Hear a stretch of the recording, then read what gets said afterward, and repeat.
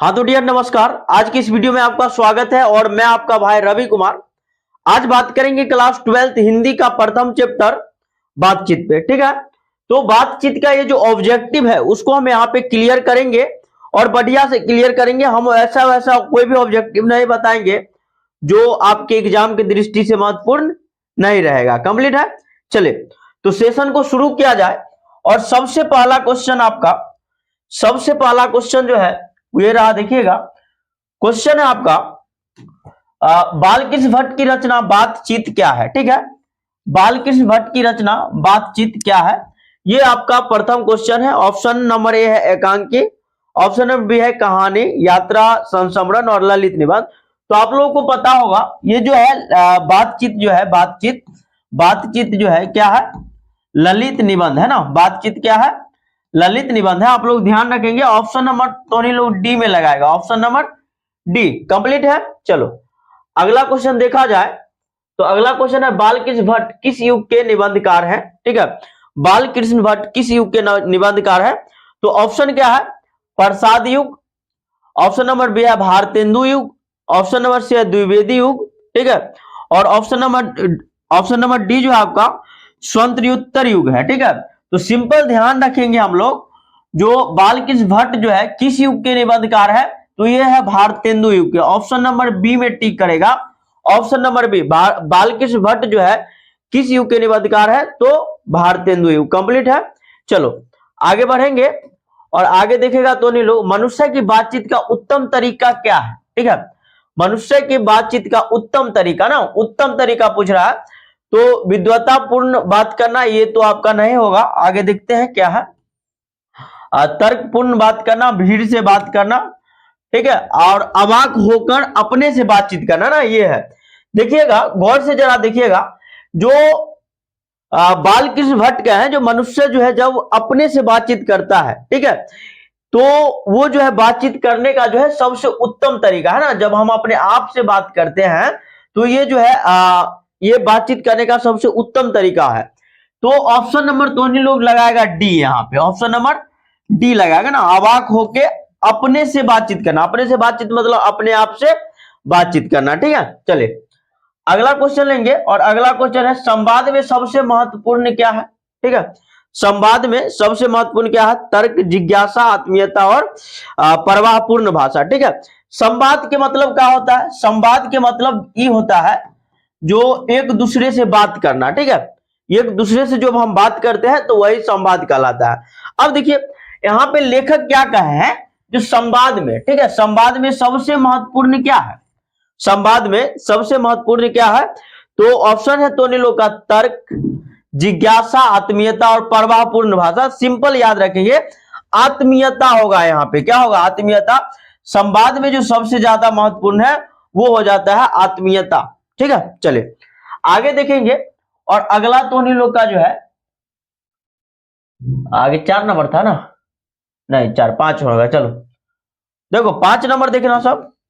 5 number question है बालकृष्ण भट्ट का जन्म हुआ था। ठीक है, बालकृष्ण भट्ट का जन्म कब हुआ, 23 जून 1884, 23 जून 1844 और 20 जुलाई 1902।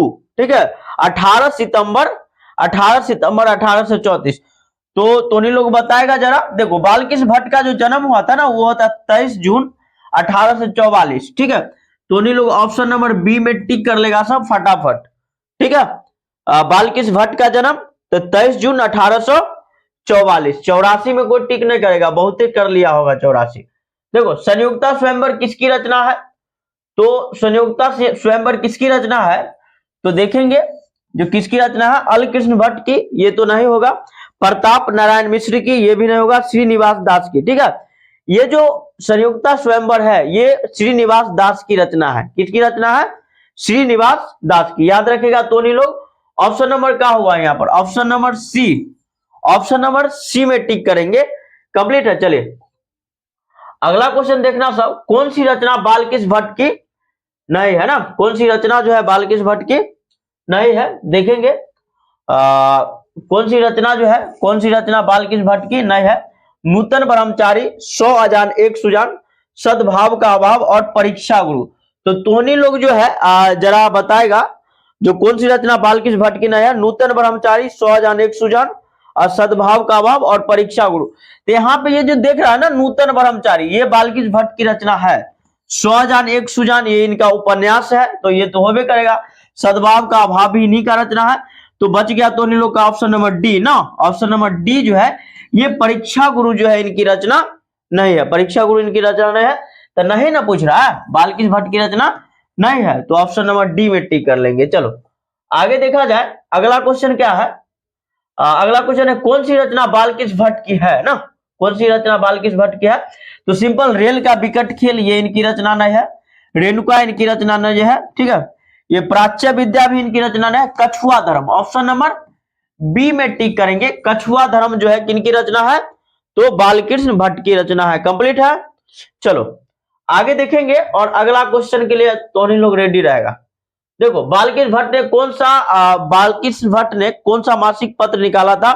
प्रताप, करमवीर, हिंदी प्रदीप और ज्योत्सना, ठीक है। तो बालकृष्ण भट्ट ने कौन सा जो है मासिक पत्र जो है निकाला था? तो सिंपल याद रखेंगे, Hindi Pradeep. Hindi Pradeep, option number C. Option number C, Balkrishna Bhatt ने कौन सा मासिक पत्र निकाला था? तो हिंदी प्रदीप। कंप्लीट है। चलो आगे देखा जाए, और अगला क्वेश्चन है तोनी लोग का, बातचीत किस विधा की रचना है? तो अभी तुरंत हम बताए थे, एक नंबर क्वेश्चन शायद ऐसा ही था, जो बातचीत किस विधा की रचना है। तो सिंपल देखेंगे, आलोचना तो है नहीं, गीत है नहीं, शोध है नहीं, निबंध है, ललित निबंध है। क्या है? ललित निबंध, ठीक है। तो तोनी लोग जो है निबंध में टिक कर लेगा ना। विधा जैसे पूछेगा तो निबंध में टिक कर लेंगे ना। चलो ऑप्शन नंबर डी हो जाएगा, ऑप्शन नंबर डी। चलो अगला क्वेश्चन लेते हैं 11 नंबर। रॉबिन्सन क्रूसो ने, ठीक है, 16 वर्ष के उपरांत किसके मुख से एक बात सुनी ना? रॉबिन्सन क्रूसो, ठीक है, क्रूसो ने 16 वर्ष के उपरांत किसके मुंह से जो है एक बात सुनी? फ्राइडे के मुंह से, संडे के मुंह से, एडिसन के मुंह से, स्टील के मुंह से। तो याद रखेगा, तू लोग ना पढ़ा होगा निबंध तो पता होगा, ठीक है। रॉबिन्सन क्रूसो जो है 16 वर्ष के बाद, ठीक है, 16 वर्ष के बाद जो है फ्राइडे के मुंह से जो है बात सुना था, फ्राइडे के मुख से। तो ऑप्शन नंबर ए में टिक कर लेगा तू लोग। चलो आगे देखेंगे, अगला क्वेश्चन क्या है? बातचीत शीर्षक निबंध के निबंधकार कौन है? ये तो सबको पता होगा, जयप्रकाश नारायण नहीं है, मोहन राकेश नहीं है, ठीक है। अच्छा, जयप्रकाश नारायण की रचना क्या है तुम लोग का? जयप्रकाश नारायण की रचना है उसने, ठीक है, उसने कहा था, उसने कहा था। कंप्लीट है। मोहन राकेश की रचना सिपाही की मां, सिपाही की मां, ठीक है, सिपाही की मां। और बालकृष्ण भट्ट की जो रचना है, ठीक है, बालकृष्ण भट्ट की रचना वो है बातचीत। कोई दिक्कत नहीं। चलो तो कह रहा बातचीत शीर्षक निबंध के निबंधकार कौन है? तो Balkrishna Bhatt. Option number D, option number D में टिक कर लेगा सब, ऑप्शन नंबर डी में। चलो कोई दिक्कत नहीं है, आगे बढ़ते हैं। चलो अगला क्वेश्चन जो है, बातचीत के माध्यम से बालकृष्ण भट्ट क्या बतलाना चाहते हैं? तो लोग को पता होगा सबको, बातचीत के माध्यम से जो है बालकृष्ण भट्ट क्या बतलाना चाहते हैं? तो बातचीत करने की शैली बतलाना चाहते हैं ना, बातचीत करने की शैली। दिले है ऑप्शन, देखो तो, बातचीत के माध्यम से बालकृष्ण भट्ट क्या बतलाना चाहते हैं? तो बातचीत करने का जो शैली है, ऑप्शन नंबर ए, बातचीत करने का तरीका बताते हैं कि कैसे जो है बातचीत किया जाए, ठीक है। चलिए 13 नंबर हो गया कंप्लीट। 14 नंबर क्वेश्चन है तोनी लोग का, भट्ट जी को किसने अंग्रेजी साहित्य के एडिशन स्टील की श्रेणी में रखा? ठीक है, तो देखेंगे हजारी प्रसाद द्विवेदी, डॉक्टर नागेंद्र, रामचंद्र शुक्ल और रामविलास शर्मा। तो सिंपल, रामचंद्र शुक्ल जो है इनको जो है अंग्रेजी साहित्य के एडिशन के रूप श्रेणी में जो है रखे हैं। कौन? Ramchandra Shukla, option number C. चलिए अगला क्वेश्चन देखेंगे, और बालकृष्ण भट्ट का निवास स्थान कौन सा था? ठीक है, तो बालकृष्ण भट्ट का निवास स्थान कौन सा था? तो आप लोग जो है जरा देखिएगा, लखनऊ उत्तर प्रदेश, इलाहाबाद उत्तर प्रदेश, मथुरा उत्तर प्रदेश और वाराणसी उत्तर प्रदेश। तो ये हो जाएगा ऑप्शन नंबर बी। आप 16 नंबर क्वेश्चन क्या करा, बालकृष्ण भट्ट ने किस पत्रिका का संपादन किया ना? तो बालकृष्ण भट्ट जो है कौन से पत्रिका का संपादन किया आप लोगों को पता होगा, आर्यावर्त, हुंकार, हिंदी प्रदीप, पंजाबी। से पहले एक क्वेश्चन आया था आप लोगों का इस पे, ठीक है। तो Hindi Pradeep, Hindi Pradeep, option number C. चलिए अगला क्वेश्चन देखेंगे। बालकृष्ण भट्ट हिंदी प्रदीप नामक मासिक पत्रिका का निकालना जो है कब प्रारंभ किया था? ये 17 नंबर क्वेश्चन है तो इन लोग का। 1877, 1888, 1890 और 1894, ठीक है। चलिए तो बालकृष्ण भट्ट ने हिंदी प्रदीप नामक मासिक पत्रिका निकालना कब प्रारंभ किया? तो 1877, 1877 तो उन्हीं लोग याद रखेगा। 1877 बालकृष्ण भट्ट हिंदी प्रदीप नामक मासिक पत्रिका कब निकालना प्रारंभ किए थे? तो 1877 में। इससे पहले जो क्वेश्चन हम बताए थे ये भी हिंदी प्रदीप पे ही था। बालकृष्ण भट्ट ने किस पत्रिका का संपादन किया? तो हिंदी प्रदीप का। चलिए क्वेश्चन यहाँ से बहुत ज्यादा पूछता है एग्जाम में, तो दोनों लोग ध्यान से पढ़ाई करेगा, ठीक है। और 2 दिन क्लास नागा हुआ आपका, इसलिए चूंकि तबीयत जो है थोड़ा ज्यादा खराब था, ठीक है। चलो अगला क्वेश्चन लेंगे हम। अगला जो क्वेश्चन है दोनों लोग का, कौन सी रचना बालकृष्ण भट्ट द्वारा रचित नहीं है? ठीक है, कौन सी रचना जो है बालकृष्ण भट्ट द्वारा जो है रचित नहीं है? तो दोनों लोग का पद्मावत, बेनीसंहार, मेघदूतम और मेघनाथ वध, ठीक है। ये जो देख रहे हैं आपका पद्मावत, ये भी जो है ये बालकृष्ण भट्ट का ही रचना है, ठीक है। पद्मावत इन्हीं का रचना है, बेनीसंहार इन्हीं का रचना है, मेघनाथ वध इन्हीं का रचना है। तो नहीं पूछ रहा है ना, रचित नहीं है, तो मेघदूतम ऑप्शन नंबर सी हो जाएगा तो इन लोग का। ऑप्शन नंबर सी में जो है टिक कर लेगा, ऑप्शन नंबर सी। चलो अगला क्वेश्चन जो है 18 हो गया, 19 नंबर देखेंगे। और 19 नंबर क्वेश्चन क्या कर रहा है? कौन सा उपन्यास बालकृष्ण भट्ट द्वारा रचित है? ठीक है, तो अभी बताए थे पीछे जो कौन सा उपन्यास जो है बालकृष्ण भट्ट द्वारा रचित है ना। मैलांचल, गोदान, 100 अजान, एक सुजान और अंतराल। तो सिंपल तो नहीं लोग ध्यान रखेगा, जो 100 अजान, ठीक है, और एक सुजान किसकी रचना है? 100 अजान एक सुजान किसकी रचना है? तो बालकृष्ण भट्ट की। ऑप्शन नंबर सी में टिक कर लेंगे, ऑप्शन नंबर सी में हम टिक करेंगे। कंप्लीट है। चलो अगला क्वेश्चन है तोनी लोग का, नाटक के प्रारंभ में होने वाले मंगल पाठ को क्या कहा जाता है? ठीक है, ऑप्शन क्या है? भजन है, नंदी पाठ है, मंगलाचरण है और आरती है। तो तोनी लोग को ये बात पता होनी चाहिए, तो लोग होशियार है तो सब पता करके रखेगा ये सब बात। जो नाटक जो होता है, तो नाटक के प्रारंभ में यानी कि शुरुआत में जो मंगल पाठ होता है, ठीक है, उसको क्या कहा जाता है? तो ये याद रखना, हम बता देते हैं, ठीक है। नंदी पाठ कहा जाता है इसको। क्या कहा जाता है? नंदी पाठ। नाटक के प्रारंभ में जो मंगल पाठ होता है उसको क्या कहा जाता है? नंदी पाठ। आगे बढ़े, चलो 21 नंबर क्वेश्चन है। 21 नंबर का क्वेश्चन, रॉबिन्सन क्रूसो को कब तक मनुष्य का मुख देखने को नहीं मिला? मतलब कितना वर्ष तक रॉबिन्सन क्रूसो को जो है कितना वर्ष तक जो है मनुष्य का मुंह देखने को नहीं मिला था? तो ऑप्शन नंबर है 10 वर्ष, 12 वर्ष, 16 वर्ष और 18 वर्ष। तो दोनों लोग याद रखेगा 16 वर्ष। कितना? 16 वर्ष तक जो है रॉबिन्सन क्रूसो को जो है रॉबिन्सन क्रूसो जो है 16 वर्ष तक जो है मनुष्य का आवाज नहीं सुनता है। कितना वर्ष तक? 16 वर्ष तक। और 16 वर्ष के बाद किसके मुख से आवाज सुनता है ये? तो फ्राइडे के मुंह से। फ्राइडे के मुंह से जो है 16 वर्ष के बाद जो है 16 वर्ष के बाद फ्राइडे के मुंह से जो है बात सुनता है। किसके मुंह से? फ्राइडे के मुंह से। तो ऐसे भी क्वेश्चन पूछ देता है जो रॉबिन्सन क्रूसो जो है 16 वर्ष के बाद जो है 16 वर्ष के बाद किसके मुख से जो है बात सुना था? तो याद रखेंगे फ्राइडे के मुख से। कंप्लीट है। चलो इसका ऑप्शन नंबर तो नहीं लोग का सी हो जाएगा। चलो अगला क्वेश्चन क्या है? बोलने से ही मनुष्य के रूप का साक्षात्कार होता है ना। बोलने से मनुष्य के रूप का क्या होता है? साक्षात्कार होता है। यह किसने कहा? सिंपल याद रखना, यह बात जो है एडिसन कहा था। कौन कहा था? एडिसन। अच्छा, एडिसन क्या कहा? जो बोलने से ही मनुष्य के रूप का क्या होता है? साक्षात्कार होता है। कहने का मतलब ही जो जब हम बोलेंगे, जब तू लोग बोलेगा तब हम तुमको क्या करेंगे? जान पाएंगे। अब मान लीजिए जो कोई आपके सामने है, कोई सुंदर कन्या जो है खड़ा है और वहां पे तू उसको देख के जो है मुस्कुरा रहा है, स्माइल दे रहा है, ठीक है। और बाद में वो जैसे हंसी, ठीक है, उसका दूगो दांत इधर का है, दूगो दांत इधर का जो है दिखाई देने लगता है, ठीक है।